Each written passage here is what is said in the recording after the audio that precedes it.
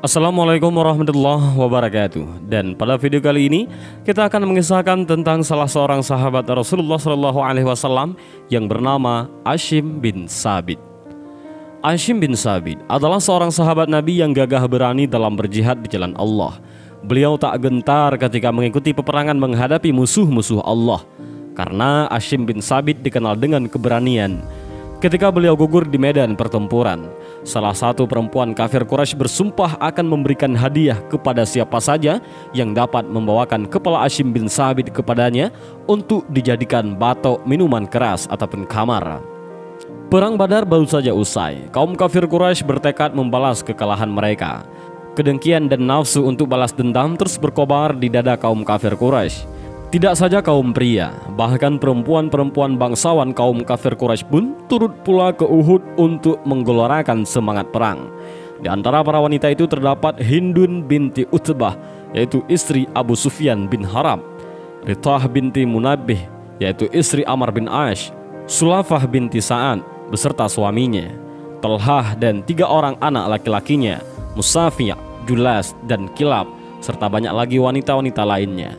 Ketika pasukan-pasukan Islam dan musyrikin bertemu di medan Uhud dan api peperangan pun menyala, Hindun binti Utbah dan beberapa perempuan dari kaum musyrikin lain berdiri di belakang pasukan pria. Mereka memegang rebana dan menabuhnya sambil menyanyikan lagu peperangan. Lagu-lagu mereka membakar semangat pasukan berkuda, membuat para suami bagaikan terkena sihir. Pertempuran pun usai. Kaum kafir Quraisy memperoleh kemenangan pada pertempuran tersebut. Para perempuan Quraisy berlompatan, berlarian ke tengah medan pertempuran, mabuk kemenangan. Mereka merusak mayat-mayat kaum muslimin yang gugur dalam pertempuran tersebut.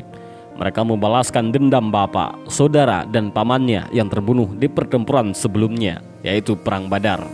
Sulafah bin Sa'ad lain pula caranya. Dia tidak seperti perempuan lain. Hatinya guncang dan gelisah menunggu kemunculan suami dan 3 orang anaknya. Dia berdiri bersama kawan-kawannya yang sedang mabuk kemenangan. Setelah lama menunggu dengan sia-sia, akhirnya dia masuk ke arena pertempuran sampai jauh ke dalam. Diperiksanya satu persatu wajah mayat-mayat yang bergelimpangan. Tiba-tiba didapatkannya mayat suaminya terbaring hampa. Dia melompat bagaikan singa betina ketakutan. Kemudian ditunjukkan pandangannya ke segala arah mencari anak-anaknya.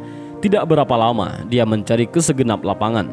Didapatinya Musafi dan Kilab telah tewas, namun Julas masih hidup dengan nafas kembang kempis. Kemudian ditatapnya wajah anaknya seraya bertanya, "Siapa lawan yang menjatuhkanmu?" Dengan nafas putus nyambung Pulas menjawab, "Hashim bin Thabit." Dia pula yang memukul roboh Musafi. Belum habis dia berbicara, nafasnya sudah terputus. Sulafah binti Sa'ad bagaikan orang gila.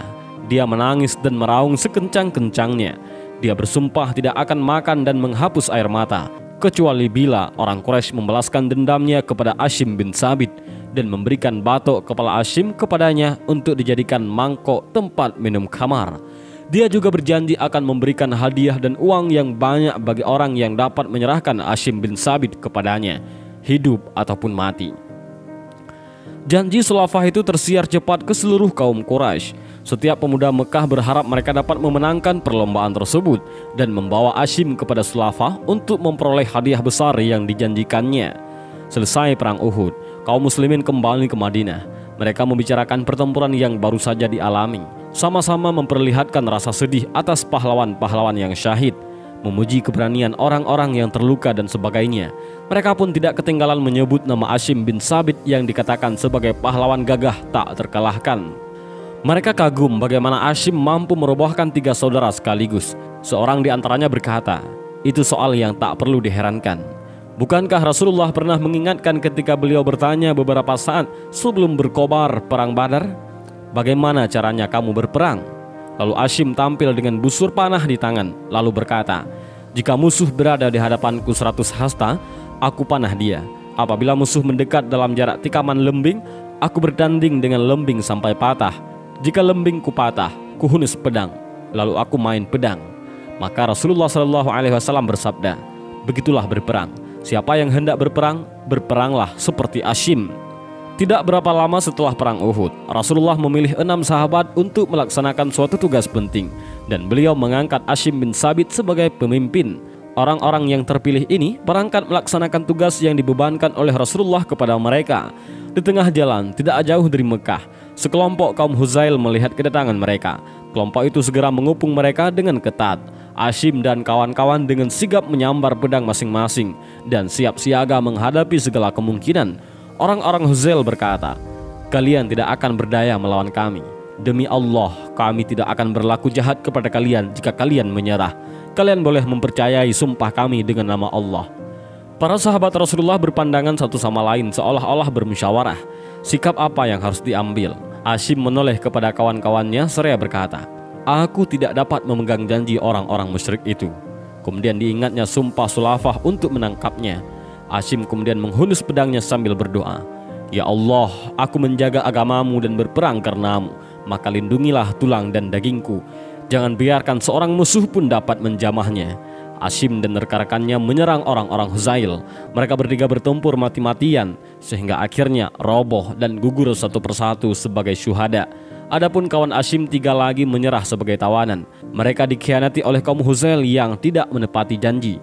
Pada mulanya, kaum Huzail tidak mengetahui bahwa salah seorang di antara korban mereka adalah Hashim bin Sabit. Namun setelah tahu bahwa salah satunya adalah Hashim, mereka pun girang bukan kepalang karena membayangkan hadiah besar yang akan diperoleh. Hanya beberapa saat setelah kesyahidan Hashim bin Sabit dan kawan-kawan, kaum Quraisy telah mencium beritanya.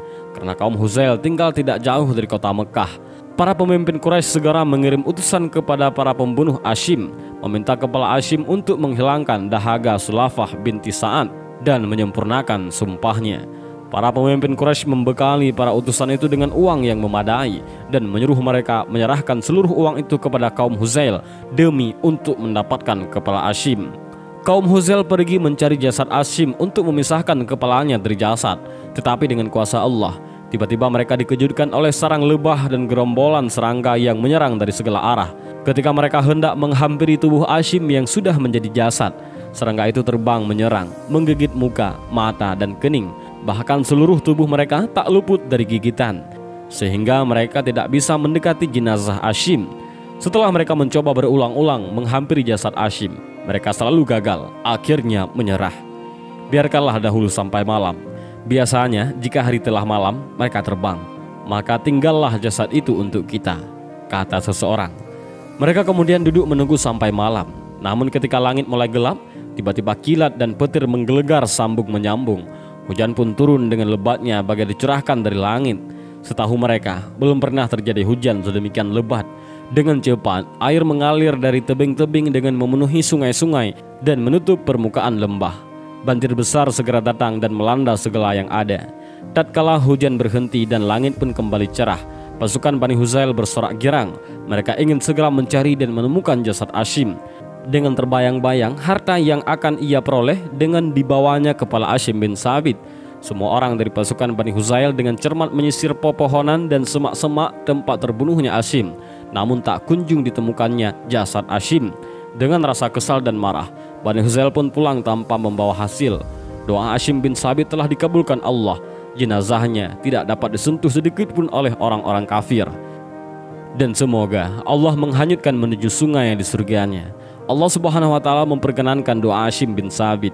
Allah menjaga hamba-hambanya yang bertakwa, yang memperjuangkan agamanya, menjaga kesuciannya dari tangan-tangan keji musuh-musuh Allah. Kisah Hashim bin Sabit ini mengajarkan kepada kita agar senantiasa berdoa dan yakin akan kekuatan doa.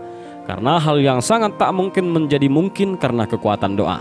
Dan yang terpenting adalah selalu mendekatkan diri kepada Allah Subhanahu wa Ta'ala. Dan inilah sedikit kisah tentang Hashim bin Sabit. Mudah-mudahan bagi kalian yang mendengar kisah ini menambah pengetahuan, keimanan, juga kecintaan kepada Rasulullah SAW dan kepada para sahabat-sahabatnya. Dan mudah-mudahan juga video ini bermanfaat bagi kita semua. Amin ya rabbal alamin. Wallahu a'lam bishawab. Assalamualaikum warahmatullahi wabarakatuh.